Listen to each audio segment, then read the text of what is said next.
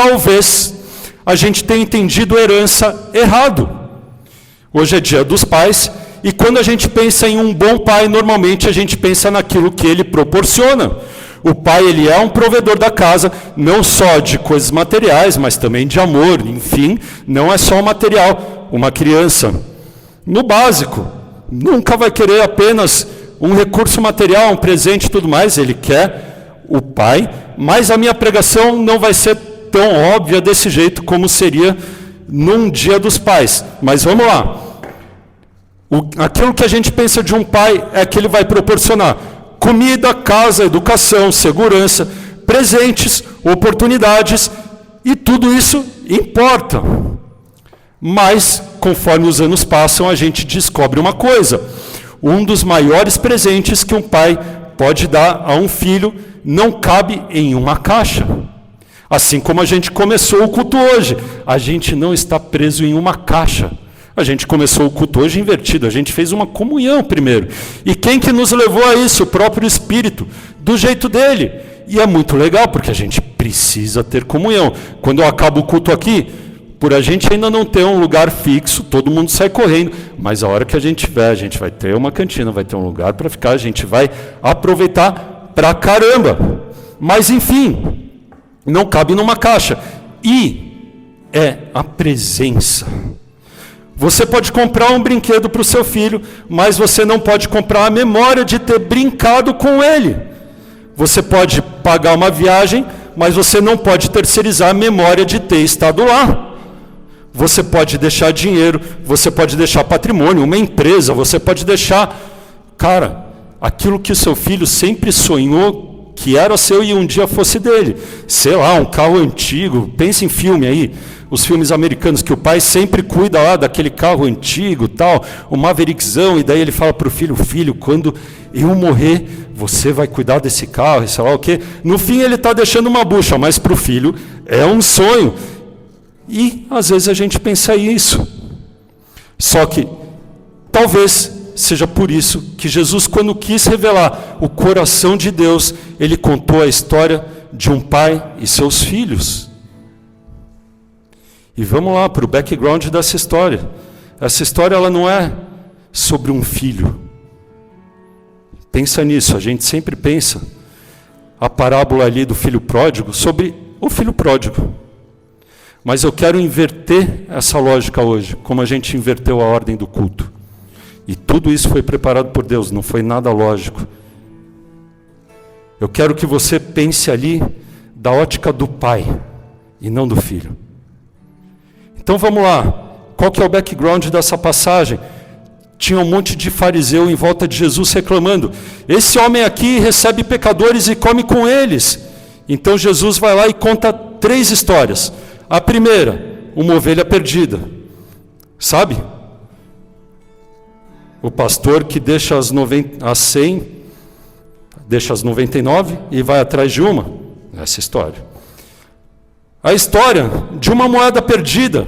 Essa história aqui, cara, vale uma pregação, uma próxima pregação, porque ela é pouco difundida. Então vale a pena. E a história de 2 filhos perdidos. E a gente chama essa última de parábola do filho pródigo. Mas Jesus começa dizendo, um homem tinha 2 filhos.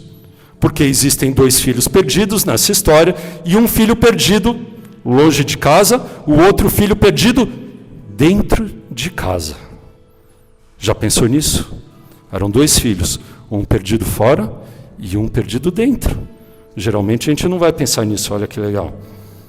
Um queria os bens do pai e foi embora. E o outro trabalhava para o pai, mas não conhecia o coração do pai.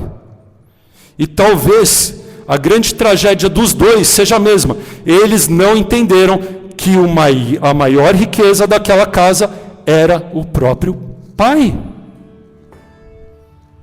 Então, o que eu quero começar afirmando é que é possível querer as coisas do pai sem querer o próprio pai. Em Lucas 15, 12, e a gente vai aqui dissecar Lucas 15, então vamos navegando por partes. O versículo 12 diz assim, o mais novo disse ao pai, pai, quero a minha parte da herança. Assim ele repartiu a sua propriedade com eles. Então presta atenção aqui no pedido. Dê a minha parte. Ele não diz, pai, eu quero ficar com você. Ele diz, eu quero o que é meu. O filho queria aquilo que estava nas mãos do pai, mas não queria permanecer perto do pai. Então agora, você que é pai, e você que é mãe também, porque mãe também deixa herança, se coloca no lugar do pai. Vamos lá. Imagina o coração desse pai. Ele tinha 2 filhos, era tudo que ele tinha. Legal, os filhos estavam ali. Talvez quando esses filhos eram crianças, eles fossem os filhos mais amorosos possíveis. Talvez não, mas vamos dessa ótica que eles eram os filhos mais amorosos possíveis, educadinhos, bonitinhos, e esse pai falou, esses aqui eu já criei.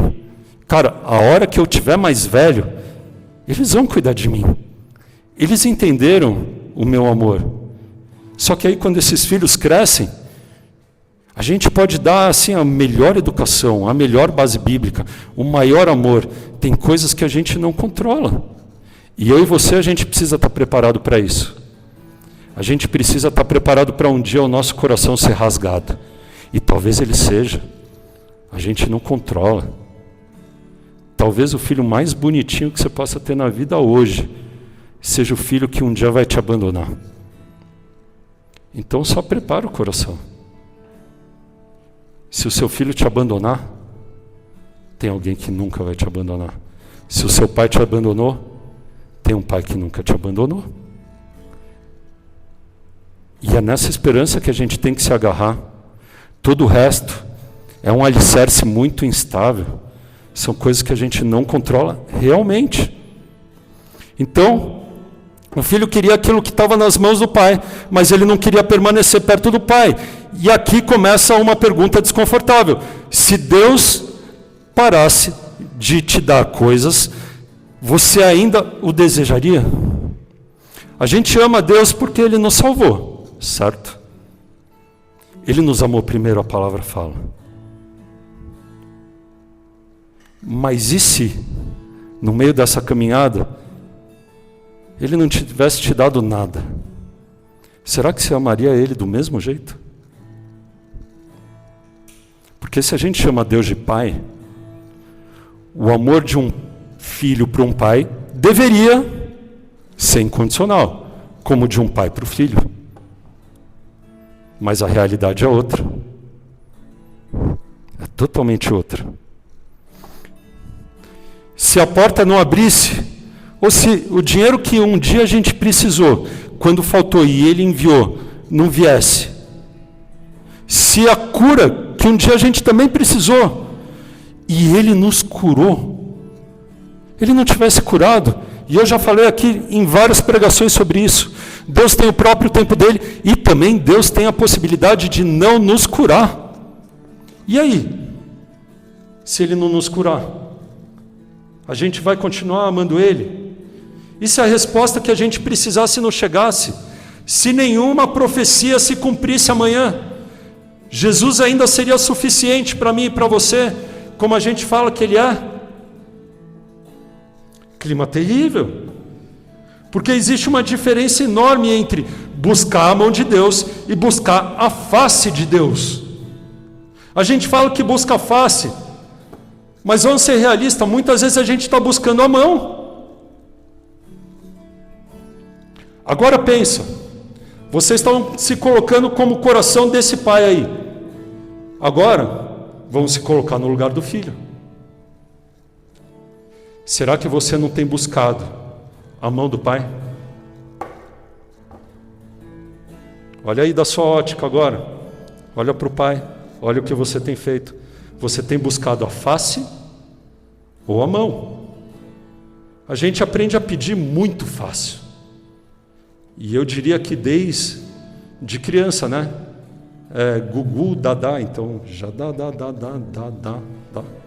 dá. Foi horrível, mas foi um bom exemplo. Para de rir, Agatha. Então, pai me dá isso, pai obra, pai cura, pai prospera, pai resolve, pai me limpa, eu fiz besteira, para não falar outra coisa. Pai isso, Pai aquilo. Pai, venha a mim o teu reino. Não é? Venha a mim. Só que existe uma oração mais profunda. Pai, se eu tiver você, eu tenho o suficiente. Essa é a oração que a gente tem que aprender. Se eu te tiver, ainda que eu não tenha nada, eu tenho tudo, tudo, tudo que eu preciso. Eu tenho o teu amor, eu tenho a tua presença. Salmo 73, 25 e 26 diz assim: a quem tenho no céu senão a ti, e na terra nada mais desejo além de estar junto a ti. E o meu corpo e o meu coração pode não fraquejar, mas Deus é a força do meu coração e a minha herança para sempre. Olha a linguagem, Deus é a minha herança. Deus é a minha herança. A maior bênção do cristianismo não é receber coisas do céu. A maior bênção do cristianismo é receber o próprio Deus. Olha só, se Deus é tudo, o que mais você precisa? Se você tem Ele, e Ele sozinho te completa dentro dele. Quando eu realmente tenho a Deus, eu não sinto falta de nada. Como Paulo dizia, cara, morrer é lucro, viver é Cristo. Dentro dessa frase tem muita coisa. Tem Paulo que tinha tudo, cuspi muito, tinha tudo, tudo. E agora nessa frase ele fala, eu não preciso de mais nada. Eu fui esbofeteado, cara, eu fui rejeitado, eu fui, cara, do cara rico, do cara com respeito, do cara que tinha tudo, para um cara que não tem mais nada e só toma porrada. Só que eu não tenho mais, eu não preciso de mais nada. Eu tenho a Cristo. E se eu morrer, eu estou mais perto ainda dele. Mas se eu viver, cara, ele está aqui. E o que mais eu vou querer? A segunda afirmação é que é possível estar na casa e não desfrutar da presença. Então agora Jesus ele vira a história, porque seria fácil a gente apontar para o filho mais novo, como a gente sempre faz nessa história. Sempre o foco ali é o filho mais novo, certo? Existe outra visão que a gente também culpa ali o filho mais velho. Mas de novo, a visão aqui é a visão do pai. E aí, se fosse o filho mais novo, olha o pecador. Só que Jesus, ele está ali contando a parábola. Eita, não, sai. Ligou a Siri aqui. Tá. Está contando a parábola e também ele está contando para os discípulos e para os fariseus. E então aparece o irmão mais velho no meio da parábola. E vamos lá, Lucas 15, do 28 ao 30. O filho mais velho encheu-se de ira e não quis entrar. Então o seu pai saiu e insistiu com ele.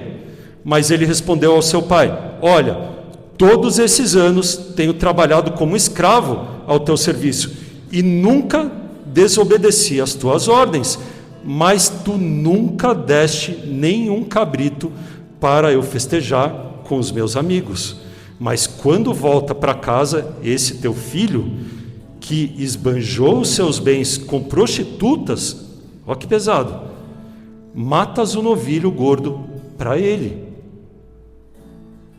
Esse filho ele nunca saiu. Esse filho obedecia, esse filho produzia, esse filho servia. Na ótica normal, ele era excelente, baita filho. Só que ele estava o tempo todo, o dia inteiro, naquela propriedade, mas ele se sentia escravo dentro da casa do próprio pai. Quantas vezes a gente está dentro da casa do pai?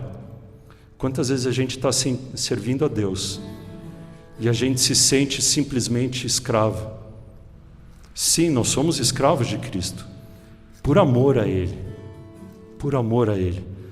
Nós não somos mais escravos, diz a palavra. Nós somos amigos. Eu não chamo mais vocês de servo, eu chamo vocês de amigos, disse Jesus. Só que a gente insiste, às vezes, em se sentir como escravo. Eu sou apenas um servidor dentro da casa do Pai. Eu sou apenas o burrinho de carga no meio do meu ministério, no meio da minha vida. Não. Cara, você é amigo, você é filho, você é filha. É muito mais do que isso. Todos esses anos tenho trabalhado como escravo. E isso é assustador, porque a gente pode frequentar a igreja, servir, pregar, ofertar, trabalhar no reino, conhecer uma linguagem da casa. Tem um dialeto bíblico aqui. A gente não fala varão, mas a gente vai falando um dialeto cada vez mais estranho que só a gente entende. Se você vai falar isso no meio do mundo, os caras vão falar, oi? Eu lembro quando a gente estava no aniversário do Arthur, a gente foi jogar Airsoft. E aí, cara, estava lá o nosso timinho crente. O Arthur, para variar, arranjou briga. Ótimo. E queria ir para a briga. Aí, na época, o Jeff também era esquentadinho. E aí começou a treta ali. Os caras xingando nós, os dois trouxas xingando lá os caras. Eu falei, pode parar. A gente é crente. Se for xingar, tem que ser xingamento bíblico. Aí vira o Jeff, no meio de uma discussão, que estava quase saindo na mão, para o cara e falou, seu morno! O cara, morno? Parou a briga toda. O cara não entendeu nada. Eu não sou morno. Aí foi cada um para o seu lado, velho. O xingamento bíblico ali foi a saída do negócio.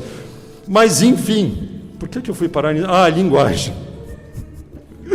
Sensacional. Então, quando for xingar alguém, vamos dar repertório aqui. Mula de Balaão. Jezabel é forte. Morno é o pior de todos, cara, porque morno é aquele que Deus vai vomitar, tá? Morno é o pior. Filho de Belial. Tem vários, pesquisa. Tem aí um linguajar todo para você usar. Não fale palavrões, mas fale palavrões bíblicos. Então, ainda assim, a gente pode viver sem desfrutar na presença do Pai. Tem gente que mora dentro da casa, só que perdeu o lugar mais importante dela, a mesa. Quantas vezes no seu dia a dia você tem estado à mesa com o Pai? A mesa é o lugar de compartilhar. A gente fala bastante da mesa aqui. Então, legal vir no culto de domingo. Legal orar e pedir. Legal adorar. Só que o mais legal de tudo é eu ter tempo para aproveitar a presença do Pai na mesa. Quanto tempo o Pai vai estar na mesa? Cara, agora eu quero que vocês pensem, vocês como filhos. Todo mundo aqui é filho. Pode não ter mais o pai, mas é filho. De chocadeira, eu acho difícil você ser. Difícil. Todo mundo tem um pai, pode ser ruim, pode ser bom, você pode não conhecer o seu pai, mas você teve. Só que agora imagina que você tem um bom pai. Esquece o seu pai natural. Cara, nosso tempo aqui na Terra, ele é finito. E ele é muito breve. Eu estava vendo a Ingrid falar outro dia que quando o filho é criança, a gente tem 12 férias com eles, mais ou menos. 12 férias escolares de julho. São 12 férias. Vai acabar. O nosso Deus nunca vai faltar, ok? Mas trazendo para essa perspectiva, o tempo de mesa é finito com o Pai. Uma hora, na nossa vida natural, a gente não vai estar mais na casa dos pais. Aqui ninguém está mais, eu acho, né? Não, tá, por pouco tempo, mas tá. Então, os dois, você não tem mais seu pai, mas você tem uma mãe. Cara, aproveita os últimos dias que você pode tomar café da manhã, um almoço, um jantar. Você sempre vai lá na casa do seu pai depois, mas não vai ser mais a mesma coisa. Então aproveita. Por mais que sua mãe queira chutar sua bunda logo, aproveita. E ela devia aproveitar e não falar isso, porque depois ela vai ficar chorando. Isso é só uma escama, só uma armadura para não ficar chorando, tá? Então se prepare, porque vai ser choradeira. Seu casamento vai ser, clima terrível, a gente vai ter que se segurar muito. E eu não vou segurar, já aviso que vou chorar. Enfim. Aí eu vou falar que, eu vou falar que foi, sei lá, um cisco no olho. Enfim. Mas vamos lá. A gente sabe trabalhar para Deus, mas a gente desaprendeu a simplicidade de estar com Deus. Existe uma simplicidade nisso. É tão simples que a gente não valoriza. É tão simples estar com o Pai na mesa que a gente acha uma coisa corriqueira. Só que a gente começa a valorizar quando a gente perde.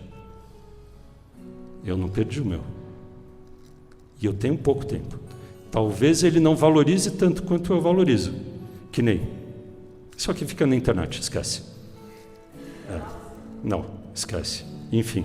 Todo mundo erra e tá tudo bem se consertar, tá? Bom, sei lá. Bom, meu pai também não vai assistir isso aí, então tá tudo bem. A gente sabe pedir, a gente sabe servir, a gente sabe cumprir escala, a gente sabe, cantar, a gente sabe até pregar, mas a gente não sabe mais sentar no quarto e dizer: Pai, hoje eu não vim pedir nada. A música, eu não quero pedir nada. Às vezes dá branco. Só quero olhar para a tua face e dizer que a tua graça já me basta. É isso aí. Tá. Então dizer: Pai, hoje eu não vim pedir nada. Eu só quero você.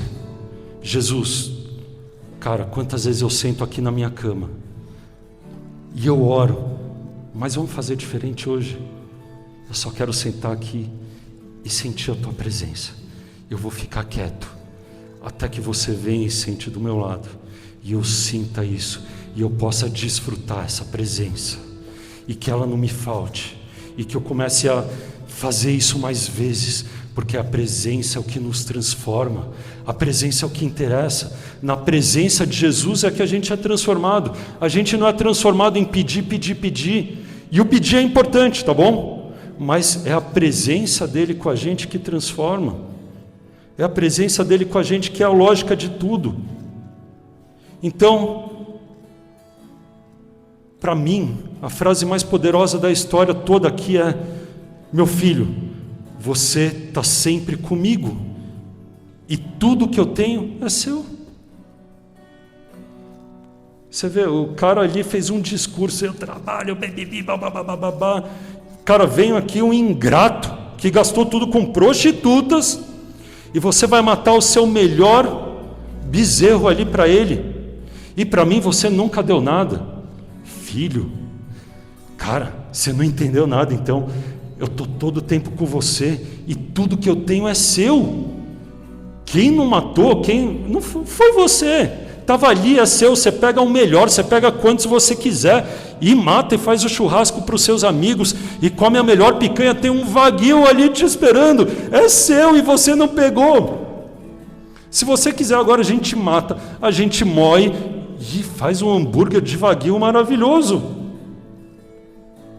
Por que você esperou 30 anos para entender isso, filho? E por que você só foi acordar agora, quando seu irmão voltou? Seu irmão estava longe, você estava aqui. Eu achei que você estava aproveitando, mas você estava com a cabeça onde? Agora vem e aproveita. Isso é poderoso. E esses somos nós. A gente precisa aproveitar enquanto se pode achar. A gente precisa buscar Deus enquanto se pode achar. Porque vai chegar uma hora que, se você não buscou, se você for como esse filho, você vai ficar. E quando você ficar no Apocalipse, clima terrível, agora, Apocalipse, é isso aí. O Espírito vai ser retirado da terra, e aquele que busca não vai mais achar. E aí, a frase vai servir para você: eu tive todo esse tempo com você, e tudo que era meu era seu, e você não aproveitou. A minha presença, agora eu não tenho mais. E aí, agora paga com o seu sangue. Então o pai vai lá e responde: você não entendeu? Você tem a mim. Você tem a mim. E talvez a gente esteja reclamando de coisas que a gente ainda não recebeu. e ignorando aquilo que a gente já tem. Você já tem, você já tem, você já tem, você já tem, você já tem, você já tem. O mais importante, a presença do Pai. Aproveita. Tanta gente aí falando, cara, eu quero algo diferente. Eu estou buscando algo, eu estou buscando em tantos lugares. Eu não estou encontrando, cara, minha vida é tão vazia. E aquilo que eles estão buscando, eu e você já temos. Inclusive, eles estão buscando em prostitutas. Inclusive, eles estão buscando nas drogas, no álcool, cara, nos bens. E não acham. Mas eu e você já temos tudo que a gente precisa para ser completo. A presença do Pai. O Deus Todo-Poderoso do universo está do seu lado agora. Você já tem. E a última aqui. O coração do Pai é estar perto dos filhos. Existe um detalhe lindo aqui em Lucas 15. Quando o mais novo retorna, está lá escrito, 15:20. A seguir levantou-se e foi para o seu pai. E, estando ainda longe, o seu pai o viu e, cheio de compaixão, correu para o seu filho e o abraçou e o beijou. Existe um filho longe, existe um filho que errou, existe um filho que, cara, só queria os bens, mas mesmo assim, continuou existindo um pai que não via a hora de ver esse filho. Por mais que ele tenha errado, por mais que ele tenha rasgado o coração desse pai, esse pai sempre, em todo esse tempo, almejou, ansiou por ver esse filho voltando e poder correr, beijar, abraçar esse filho. O filho mais novo, ele está longe, o pai corre até ele. Depois o mais velho se recusa a entrar na festa. Lucas 15:28. Então o seu pai saiu e insistiu com ele. E aí o mais velho também, que está longe emocionalmente, chega e só reclama. O pai quer sair atrás de mim e de você.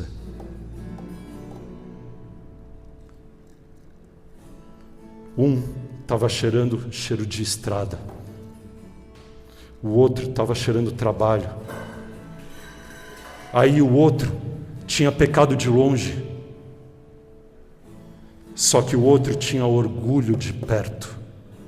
Cuidado com o orgulho. Cuidado com o orgulho.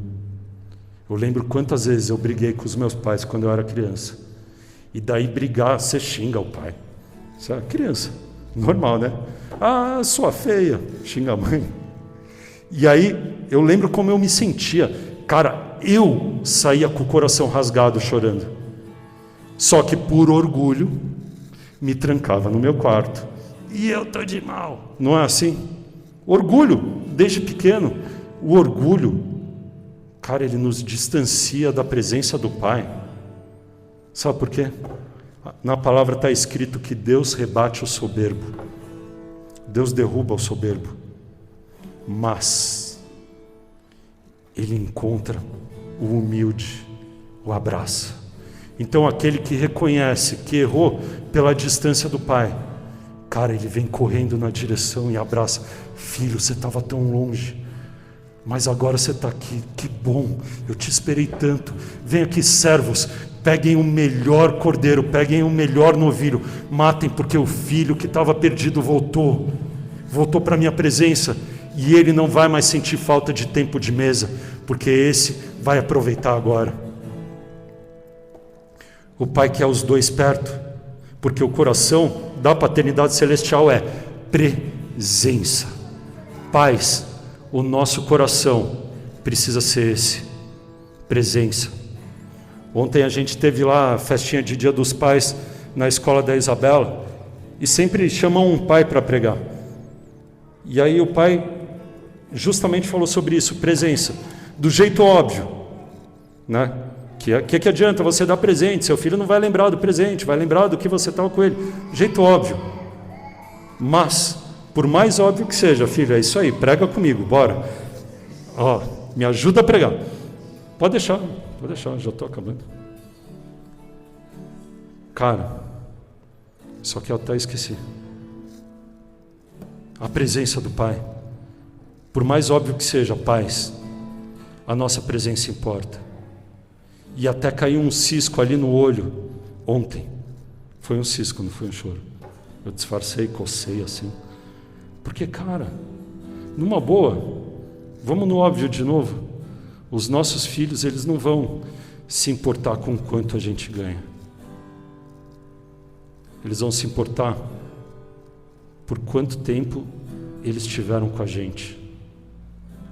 Cara, não importa se vai ser num resort 5 estrelas, ou se vai ser no único jeito que você tem, que é pegando um lençol e fazendo uma cabaninha dentro de casa e falar, hoje a gente vai, cara, viajar aqui para dentro de casa. Só que eu vou brincar com você. E talvez no resort, você levasse, você proporcionasse uma experiência incrível. Mas no meio disso você ia estar trabalhando, ou com a cabeça no trabalho, e o seu filho fosse falar, nossa, mas o papai só trabalha. Preferia estar em casa com ele. A presença é o que importa. Só que hoje é da ótica dos filhos. Filhos, a presença é o que importa. Também para o pai. Só estejam presentes. Você não precisa dar presente. Você precisa estar presente na vida do seu pai. Não importa como é ele. Não importa como é ele. O que importa é que você está ali. E ponto. E Deus vai fazer todo o resto. Pai bom, pai ruim, pai fez isso, pai fez aquilo. A sua presença vai demonstrar a presença de Deus. E vai ter cura. E vai ter transformação. E quem sabe haja salvação. E no fim das contas, quem deu o maior presente foi você. No Éden, Deus caminhava com o homem. No deserto, a presença irá contigo, diz na palavra. No tabernáculo, Deus habita em meio ao povo. Nos profetas, Deus é Emanuel, Deus conosco. No Evangelho, Deus se fez carne. Deus se fez carne, filho, e Ele veio morar com a gente. Tudo isso fala sobre a presença de Deus com a gente. Na cruz, Jesus ele não morreu simplesmente para melhorar a nossa vida. Jesus morre para remover aquilo que nos separava do Pai. E quando Jesus ressuscita e está prestes a subir, Ele olha a promessa e Ele deixa, ali em Mateus 28, 20. E eu estarei sempre com vocês, até o fim dos tempos. Então a promessa não é, e vocês nunca terão problemas, é, eu estarei com vocês. A maior promessa do Evangelho é presença. O que o Evangelho promete é presença. O Evangelho não promete cura. O Evangelho não promete felicidade. O Evangelho não promete facilidade. O Evangelho promete a presença. O Evangelho promete o Deus Emanuel, Deus conosco. Sabe por quê? A cruz só existiu porque nós estávamos separados pelo pecado. Então Jesus veio para quebrar essa barreira, para romper esse véu que nos separava. O véu que separava já não separa mais. Maravilhoso. Eu preciso aprender a cantar. E talvez por isso que Moisés tenha dito em Êxodo 33:15, se não fores conosco, nós não nos envie, ou nós não iremos. Porque Moisés entendia que o que importava era a presença. O que importava era a presença. O que importa é a presença. Tinha uma terra, tinha uma missão, tinha um povo, tinha sinais, tinha milagres, mas ele entendeu, eu não quero uma terra prometida sem a presença de quem prometeu. E isso é a maturidade espiritual. Criança pergunta, o que meu pai trouxe para mim? E com o tempo você aprende a perguntar: pai, você veio? Não é? Eu estou nem aí o que meu pai vai me dar no meu aniversário. Eu quero saber se ele vem, não é? Isso é maturidade. E talvez o Espírito hoje ele esteja amadurecendo essa igreja. O que eu vou receber no culto hoje? Não me interessa. Por mais que eu precise de tanta coisa.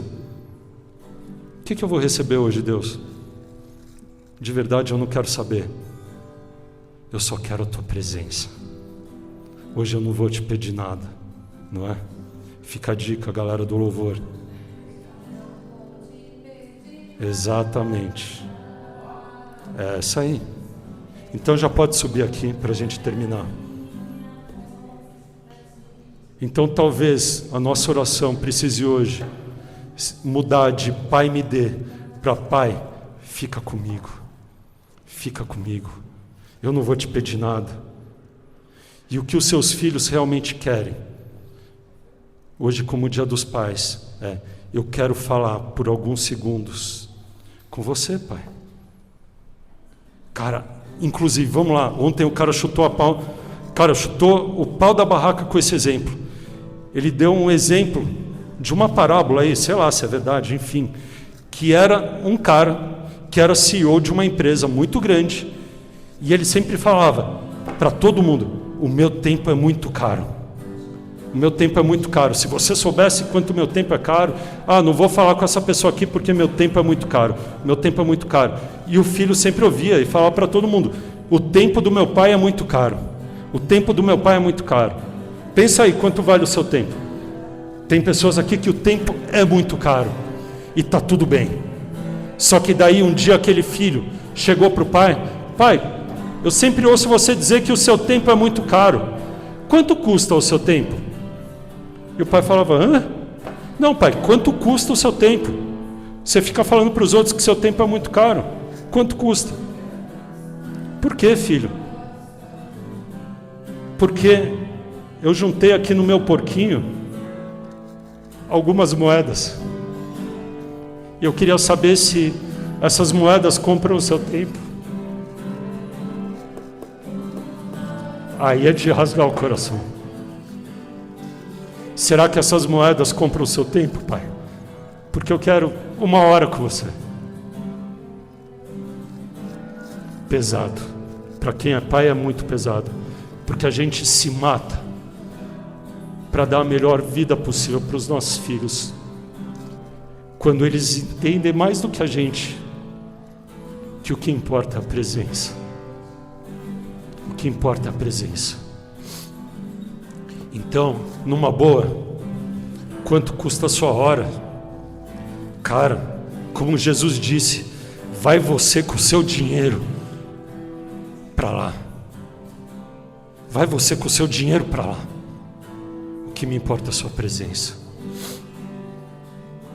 Talvez você não consiga dar para os seus filhos tudo aquilo que você gostaria.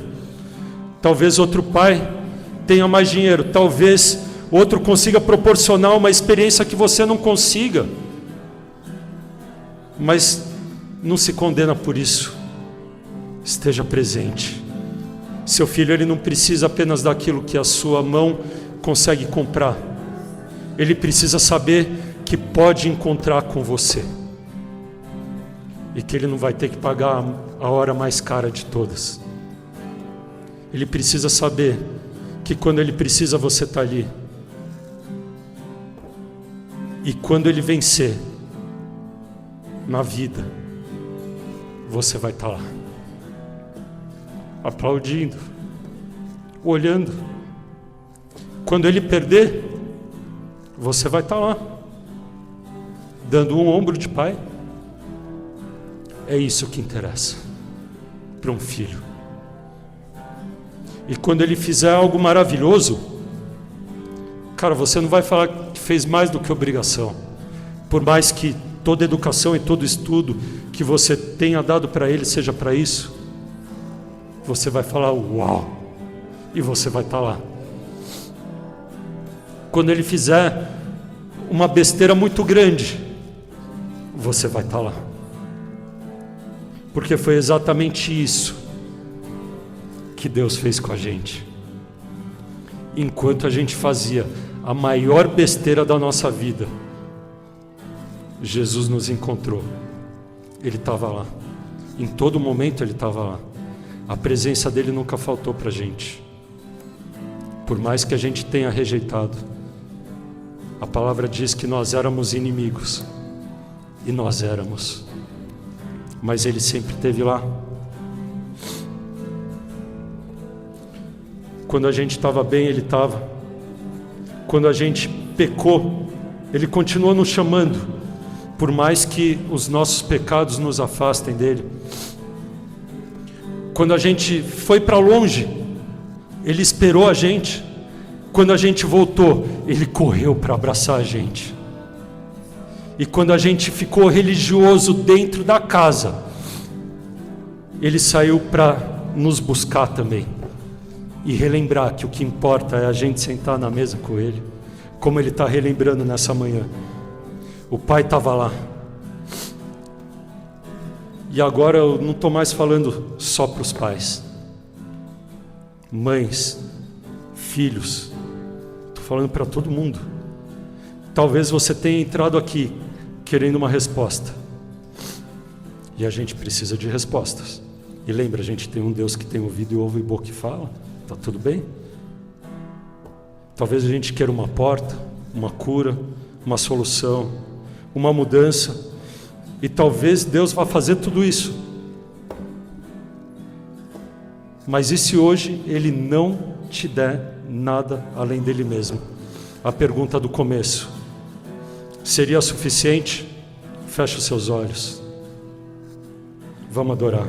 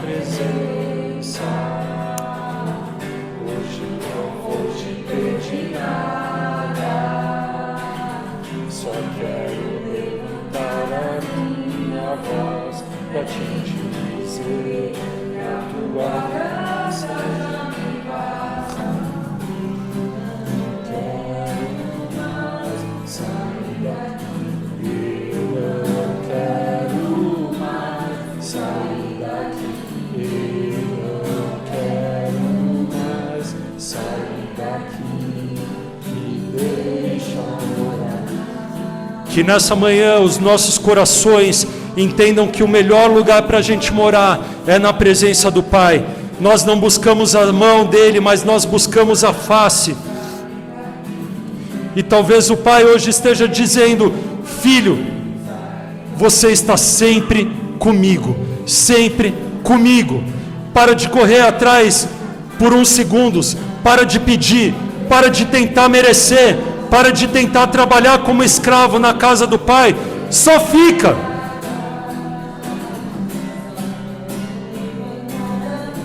Minha voz para te dizer. Quer orar para terminar o culto? Não? Então vem no colo. Vou te pedir nada, só quero levantar a minha voz pra te dizer que a tua graça já me basta. Pais, os filhos prepararam um vídeo para vocês. Vamos ver? Dá o play aí. E aí a gente ora para acabar.